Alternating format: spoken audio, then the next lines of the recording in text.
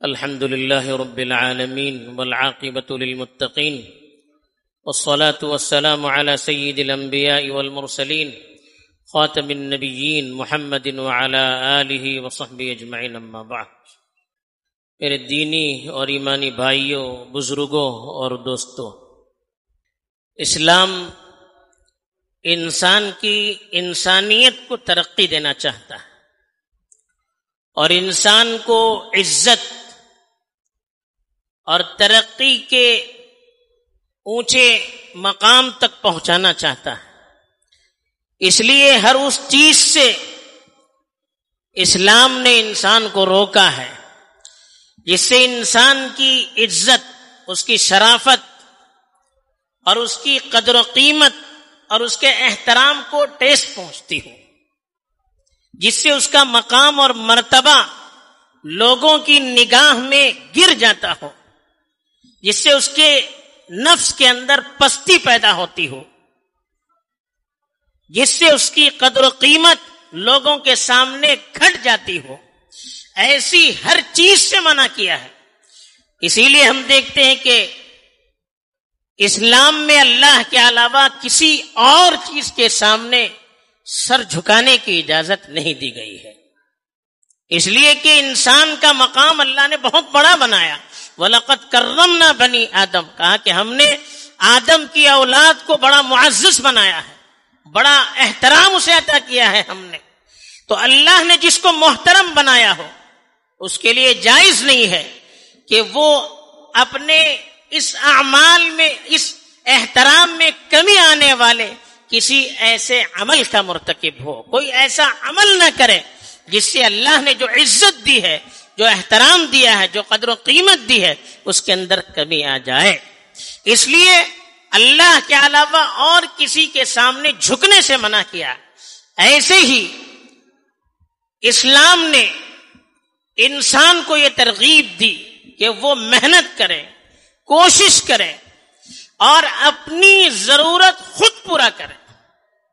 اس کی جو ضرورت ہے، اس کے گھر والوں کی جو ضرورت ہے، وہ خود محنت کر کے پورا کرے، کسی کے سامنے ہاتھ نہ پھیلائے، کسی کے سامنے زبان نہ کھولے، اپنی ضرورت کے پورا کرنے کے لیے کسی کے سامنے محتاج نہ بنے۔ اس کی اسلام نے بڑی مخالفت کی، فقر و فاقے کی، اس لیے کہ ہاتھ پھیلانا یہ ایک ذلت کی نشانی ہے، شرافت انسانی کو ذلیل کرنے کی نشانی ہے، اور جو ہاتھ پھیلاتا ہے سامنے والے کی نگاہ میں اس کی حیثیت بالکل گھٹ جاتی ہے، بالکل کم ہو جاتی ہے۔ سامنے والا اس کو حقیر سمجھتا ہے، اس کو پھر وہ دو کوڑی کا نہیں سمجھتا، بلکہ جس معاشرے کے اندر ہاتھ پھیلانے والوں کی کثرت ہوتی ہے، مانگنے والوں کی کثرت ہوتی ہے، وہ معاشرہ بھی انتہائی پست معاشرہ سمجھا جاتا ہے۔ اور یہ ایسی بیماری ہے، کبھی آدمی ضرورت کی وجہ سے مانگنا شروع کر دیتا ہے، جس کی اسلام نے اجازت دی ہے کہ آدمی بہت مجبور ہے، بہت پریشان ہے، تو اس کو مانگنے کی اجازت دی ہے، بقدر ضرورت وہ مانگ سکتا ہے۔ اچھی پہلی مقدم کام تو یہ ہے، پہلا کام تو یہ ہے کہ وہ خود محنت کرے، خود کوشش کرے، لیکن اگر نہیں ہو سکتا، مجبور ہے، تو ہاتھ پھیلا سکتا ہے جتنی ضرورت ہو۔ لیکن یہ ایسی بیماری ہے، جب آدمی اس کا عادی بن جاتا ہے، پھر محنت اور کوشش کی جو صلاحیت ہوتی ہے وہ ختم ہو جاتی ہے۔ آدمی کو جب آسانی سے پیسہ ملنے لگے تو پھر اس کی طبیعت محنت کرنے کے لیے آمادہ نہیں ہوتی ہے، پھر وہ کوشش نہیں کرتا ہے، پھر وہ کمائی کے لیے اقدام نہیں کرتا ہے، اپنے سر پر بوجھ لینا نہیں چاہتا ہے، اس لیے کہ آسانی سے یہ چیز مل جاتی ہے۔ تو اس لیے اگر ضرورت ہے، ضرورت کے بقدر آدمی مانگتا ہے تب تو ٹھیک ہے، لیکن بے ضرورت مانگنا، اس کو تو بہت سے علماء نے کہا کہ یہ مال حرام کہا اس کو۔ بے ضرورت کے مانگتا ہے اور اس سے اپنی ضرورت پوری کرتا ہے تو یہ باطل طریقہ ہے، غلط طریقہ ہے، جس طریقے سے مال حاصل کرنے سے اسلام نے روکا ہے، کہا وَلَا تَأْكُلُوا أَمْوَالَكُمْ بَيْنَكُمْ بِالْبَاطِلِ، کہ غلط طریقے پر لوگوں کا مال آپس میں مت بانٹیے، لوگوں کا مال غلط طریقے پر مت حاصل کیجیے۔ تو غلط طریقہ جیسے چوری ہے، ڈکیتی ہے، دھوکہ دینا ہے، خیانت کرنا ہے، مال غصب کرنا ہے، جیسے یہ دھوکہ ہے، ایسے ہی بے ضرورت کسی کے سامنے ہاتھ پھیلانا یہ بھی دھوکہ ہے، یہ بھی کمائی کا غلط طریقہ ہے۔ جیسے وہ چیزیں حرام ہے ویسے یہ بھی حرام ہے، اس کی علماء نے صراحت کی ہے۔ اسی لیے اللہ کے رسول صلی اللہ علیہ وسلم نے بڑی سختی سے روکا کہ لا تحل الصدقۃ لغنی ولا لذی مرۃ سوی، کہا کہ جو مالدار ہے اس کو صدقہ دینا جائز نہیں ہے، جس کے پاس اپنی ضرورت کا سامان موجود ہے، اس کا گزارا اس کے مال سے ہو سکتا ہے، ایسے لوگوں کو ہم صدقہ دیں گے تو یہ جائز نہیں ہے۔ ایسے ہی کہا لذی مرۃ سوی، ایک آدمی طاقتور ہے، مضبوط ہے اور بدن کے اعتبار سے بھی پورا ٹھیک ٹھاک ہے، کوئی بیماری نہیں ہے، کوئی کمزوری نہیں ہے، ایسے شخص کو بھی صدقہ دینا جائز نہیں ہے۔ تو اس سے خود معلوم ہوا کہ ایک آدمی کے پاس دولت نہیں ہے، تنگ دست ہے، مجبور ہے، فقر و فاقے میں مبتلا ہے، یا کماتا ہے اس کی ضرورت پوری نہیں ہوتی ہے، تو اس کو ہم صدقہ دے سکتے ہیں۔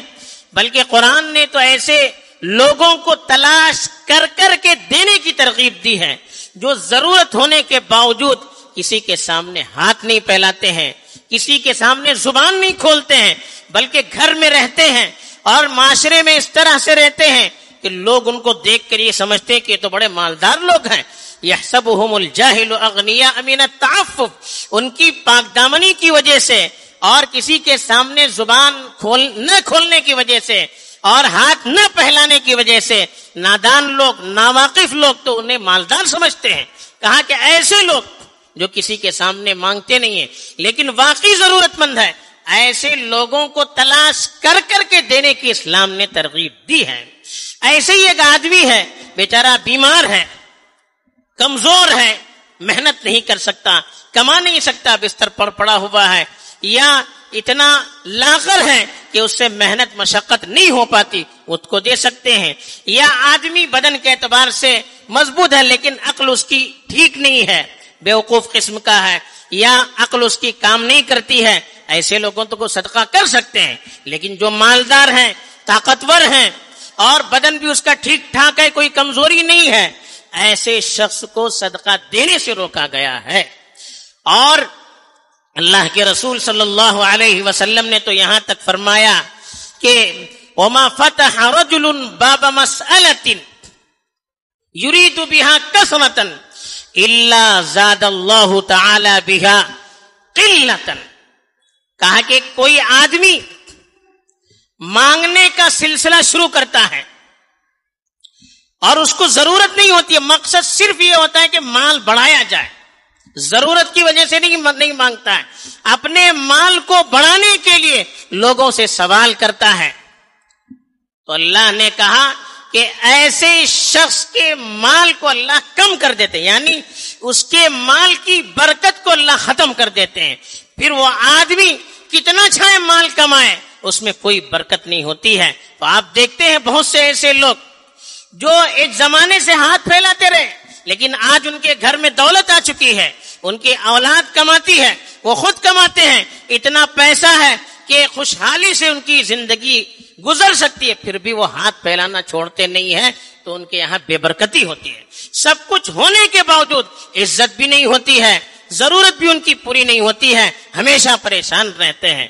اس لیے فرمایا کہ جو مال کو بڑھانے کے لیے ہاتھ پھیلاتا ہے تو اللہ تعالیٰ اس کے مال کی برکت کو ختم کر دیتے ہیں۔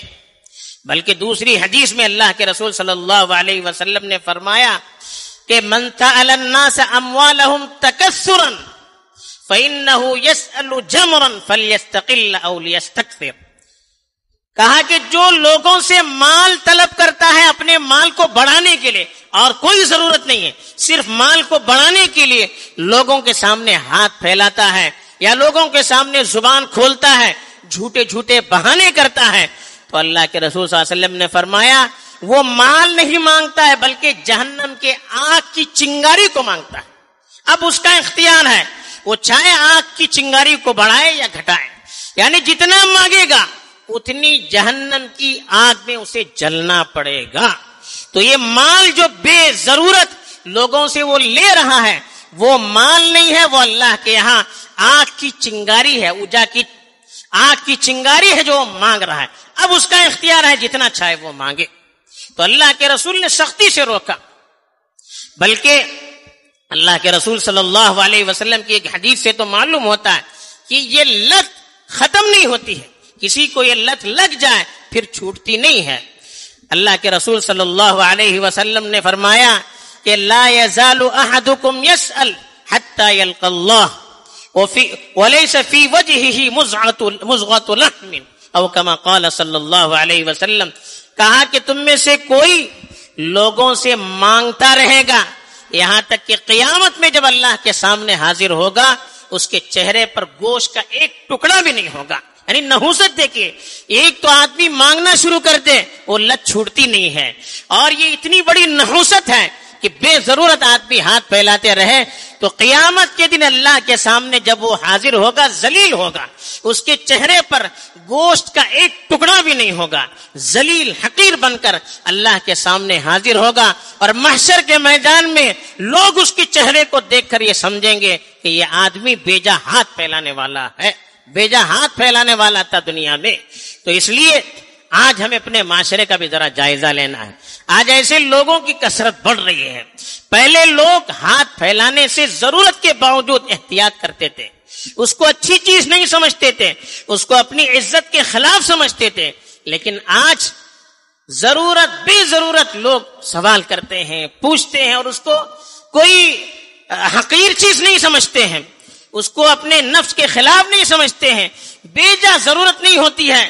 کبھی شادی کے بہانے جب آپ کے پاس اتنی دولت نہیں ہے تو پھر مانگ مانگ کر شادی کرنے کی کیا ضرورت ہے؟ اتنی آپ کے پاس کیپیسٹی ہے اتنا ہی خرچ کرتے، چھوٹی سی معمولی شادی کیجیے. اس کے لیے آپ لوگوں کے سامنے اپنی عزت بڑھانے کے لیے لوگوں کے سامنے جا کر ہاتھ پھیلائیں گے، در در کی ٹھوکریں کھائیں گے، لوگوں کی گالیاں سنیں گے. اپنی عزت گنوا کر آپ اتنی بڑی شادی کریں گے تو کون سی عزت ہے؟ ایسے ہی آدمی بے ضرورت اچھے اچھے پکوان کھاتا ہے. اگر اس کی کمائی اتنی ہے کہ جس سے وہ چھوٹی موٹی غذا کھا کر اپنی زندگی گزار سکتا ہے، لیکن وہ اس پر راضی نہیں ہے، اپنی کمائی سے اپنی چادر سے زیادہ پیر پھیلاتا ہے اور بڑی بڑی قیمتی قیمتی غذائیں کھانے کی، اچھی اچھی مچھلیاں، اچھے اچھے گوشت اور اچھے اچھے کپڑوں کی کوشش کرتا ہے. اس کی حیثیت کے اعتبار سے وہ کرے تو اس کا خرچہ اس کے لیے پورا ہو سکتا ہے، لیکن نہیں، دوسروں کی دیکھا دیکھی اپنی زندگی کے معیار کو گھٹانے کی کوشش نہیں کرتا، ہاتھ پھیلاتا ہے، بڑی بڑی گاڑیاں لے رہا ہے، ہاتھ پھیلا رہا ہے، اچھے اچھے کپڑے پہن رہا ہے، ہاتھ پھیلا رہا ہے اور اچھے اچھے کھانے کھا رہا ہے. کیا فائدہ ذلیل ہو کر کھانے سے؟ کیا فائدہ ایسی چیز کے کھانے سے جس سے دنیا میں بھی بے برکتی ہوتی ہے اور آخرت میں بھی ذلت ہوتی ہے، دنیا میں بھی اس کی حیثیت گھٹ جاتی ہے؟ کیا فائدہ ہے؟ اپنی عزت کو بچائیے. اگرچہ ہم گھر میں ایک وقت بھوکا رہیں، آپ یہاں کی پچھلی تاریخ کو پڑھیے، آپ بوڑھوں سے پوچھیے کتنے ایسے گھرانے تھے جن میں 2 وقت کا کھانا نہیں رہتا تھا، وہ بھوکے رہتے تھے، پانی پیتے رہتے تھے، گھر میں 2 3 خاندان رہتے تھے، ان کے چولہے الگ الگ رہتے تھے، کہیں سامنے والے ایک ہی گھر میں رہ رہے ہیں ان کو خبر نہ ہو، اس لیے چولہے پر ہانڈی میں پانی چڑھائے رکھتے تھے تاکہ وہ لوگ یہ سمجھے کہ ہمارے یہاں کھانا پک رہا ہے. اتنی اپنے عزت نفس کا خیال رہتا تھا. اور آج ہم سب کچھ ہونے کے باوجود پھر اس کے پیچھے پڑے ہوئے ہیں. کتنی معاشرے کی بدنامی ہو جاتی ہے. ایک آدمی خاندان کا کرتا ہے پورے خاندان کی بدنامی ہو جاتی ہے. تو اپنے خاندان کو بھی بدنام ہم کرتے ہیں، اپنے معاشرے کو بھی ہم بدنام کرتے ہیں، اپنی عزت کو بھی ہم داؤ پر لگاتے ہیں. اور اللہ کی طرف سے جو پھٹکار ہوتی ہے، مال میں بے برکتی ہو جاتی ہے، اور پھر آخرت میں جو تباہی آنے والی ہے اس کا تو کوئی ٹھکانہ نہیں ہے. اس لیے ہمیں جس چیز سے اسلام نے روکا ہے ہمیں احتیاط کرنا چاہیے، اپنی عزت کو بچانے کی کوشش کرنی چاہیے، چاہے بھوکے رہیں لیکن ہاتھ پھیلانے سے حتی الامکان ہمیں بچنے کی کوشش کرنی چاہیے۔ اللہ تعالیٰ میں توفیق دے، آمین۔